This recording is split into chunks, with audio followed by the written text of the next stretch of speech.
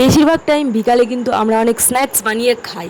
তার মধ্যে আজকে কিন্তু একটা আলাদাই স্ন্যাক্স বানাচ্ছি। তো তার জন্য কিন্তু আমরা এনে নিয়েছি এখানে 100 করে বেসন, তারপরে এনে নিয়েছিলাম কর্নফ্লাওয়ার, তারপরে এখানটায় কিন্তু রসুন টসুন সব কিছু যা যা লাগবে সব কিছু ছাড়িয়ে নিয়ে চিকেনটা কুচিয়ে নিয়েছি। আর এখানে কিন্তু আমরা করছি মোচা আর চিকেন দিয়ে একটা চপ। তো একটা মিক্সিং চপ হবে, আর আলাদা করে কিছুটা চিকেন অল্প করে ভেজে খাওয়া হবে। তো দেখো সব কিছু কিন্তু মিক্স করে দিয়েছি। এর মধ্যে হলুদ যাবে, লঙ্কার গুঁড়ো, ধনে গুঁড়ো, জিরে গুঁড়ো, প্লাস হচ্ছে থাকছে বেসন, প্লাস কর্নফ্লাওয়ার, প্লাস একটা ডিম ভেঙে দেওয়া হয়ে গেল।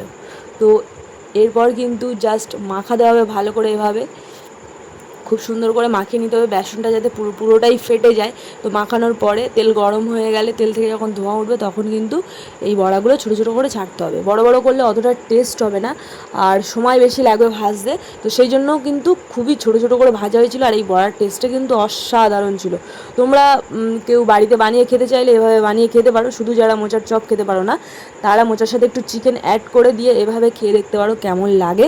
আমাদের কিন্তু বেশ ভালোই লেগেছিলো। তারপর কিন্তু চিকেন ছিল ছোটো ছোটো করে, সেগুলো কিন্তু মডিফাই করে ভেজে নিয়ে আমরা কিন্তু গরম পকোড়া খুব এনজয় করে খেয়েছি। তো তোমরা একবার বানিয়ে খেয়ে কমেন্টে বলো কেমন লেগেছে এই মোচা আর চিকেনের বড়া। তারপর নেক্সট ডে আমরা খুব খুব ভালো।